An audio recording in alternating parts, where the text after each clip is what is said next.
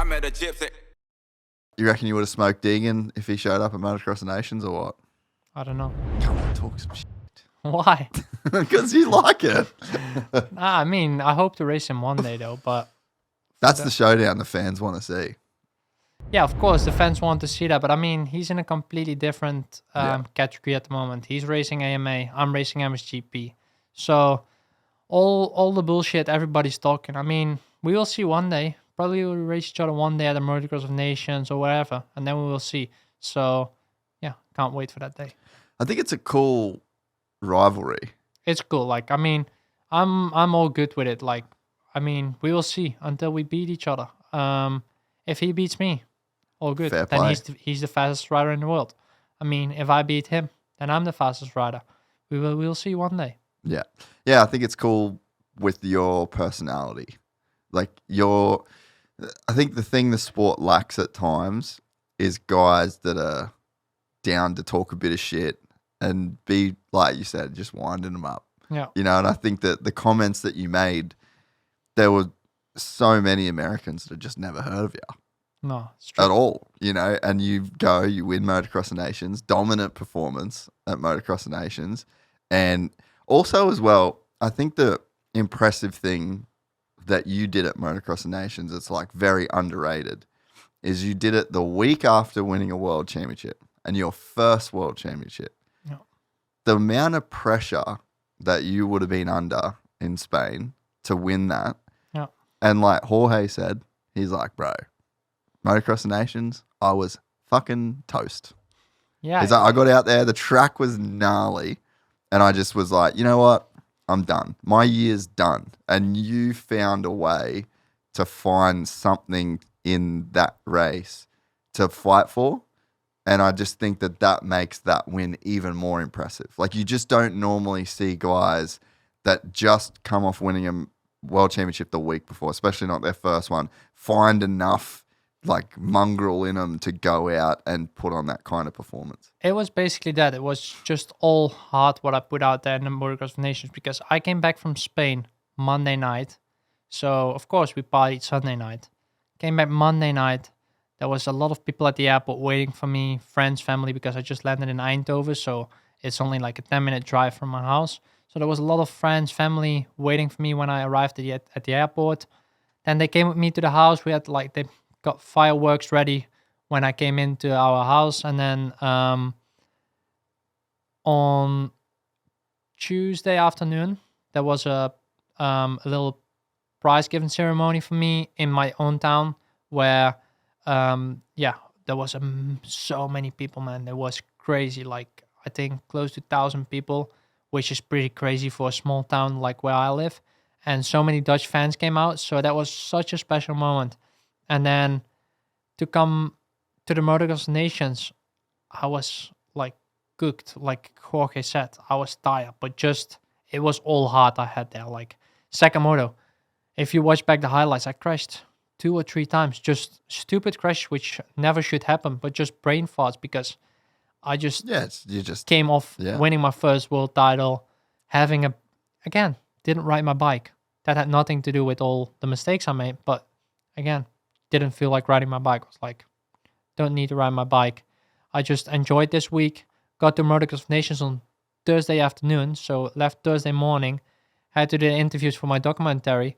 And then, Friday was all the ceremonies and all that stuff. Some interviews, and then it was race weekend where I just had to give it all. And that's what I did. Just brought my A game with me and showed what I got. What? I mean, it probably sounds like a silly question, but like, why did you care so much about Motocross Nations? Yeah. I mean, also from my personal point, I would just want it to be the best at the Motocross Nations, win again the MX2 title, and also put the Dutch team on top. That was a real goal for me. And okay, we had a tough year this year, but I think I showed really good speed. I'm for a 250 rider, putting 2 results on paper, which it's really rare. Normally they have the 2 MXGP guys who have to make the result, and then the MX2 rider gives them 1 decent result. Where now I put 2 proper results on paper. So I just wanted to make the Dutch fans proud. No, it's cool, man. And I think it's underrated. You know, like if you get third in the World Championship, you go home Sunday from the GP, you get a good night's sleep, your recovery cycle, you know what I mean? And there's more of a reason to win. So I just think that the way that you did it, it just kind of, I feel like it says a lot about like who you are as a racer. And I just think it was just a very cool way to cap off a year, you know, like no one would have given a fuck if you didn't win that race. Nah, You know? no, everybody would be like, yeah, he's still world champion. But Yeah. I just, also from my own personal view, but also just there was a lot of Dutch fans, and at every race there's Dutch fans. But I mean, Motocross of Nations is something special. You just want to make your country proud and just do it for your country, win for your country, also for yourself. But I mean, to make all the Dutch fans proud is also something really special to do. Yeah, no, it was definitely just cool to watch. And I think, yeah, just by the performance that you put on, and then to say, you know, like you just lit the message boards up and, you know, like all the online comments. And I think I didn't know you really before that. And then obviously over the last month, we've got to hang out a bit. And I'm like, fuck yeah, like this is a guy that can actually, like I know you can talk shit, but not actually be personally attached to it, not care. And like honestly, Hayden's the exact same. Yeah. So I think I that's just what laughed makes with it all the cool. comments. Yeah, that's what makes it cool when two guys are just, they can say it, they put it out there, but they're not like actually really into it. And I think that's what makes for such a cool rivalry. And now, dude, like with just one little comment about being the best 250 rider in the world, because hey, He didn't show up. he didn't.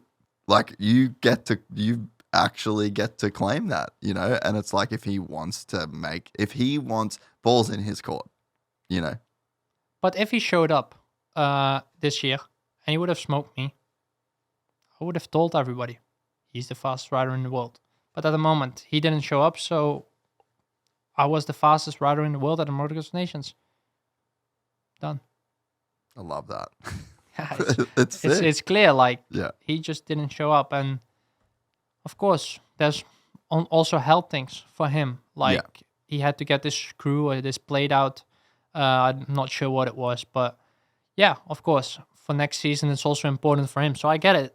Yeah, if I had the same problem, I would have also skipped Motocross Nations. Or probably, I think I would have still raced just to make the Dutch fans proud and fight for the MX2 title or fight for the overall title. I would have done it a week later, but we also have a longer off season where they basically go into boot camp right now.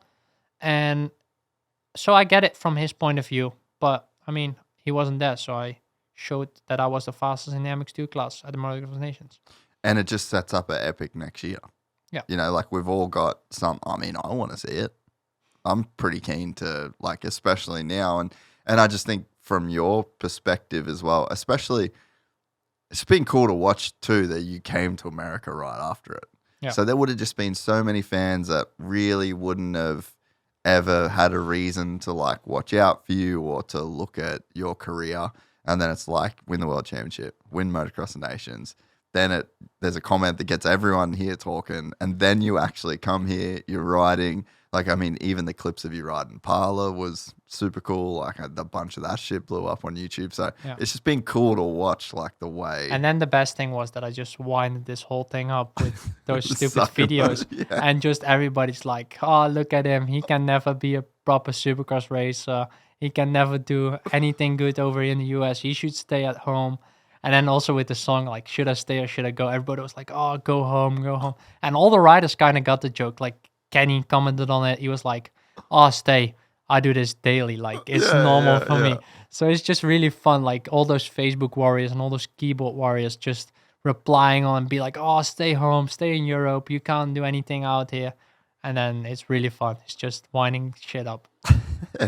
Yeah, but just like, I don't know, there's not that many guys that can like have that much fun with it. It just feels everyone's so serious that, you know, you just went out and just fucking winded it up. Yeah, I love to wind things up. Even the whole season, like I've been riding on practices like my 450. Yeah. And then everybody was like, "Oh, he's going 450. He's already practicing on it." And then I did 2 races after the season. So after Nations, I did two races back at home in Holland. But they were just for fun, like just for the Dutch fans.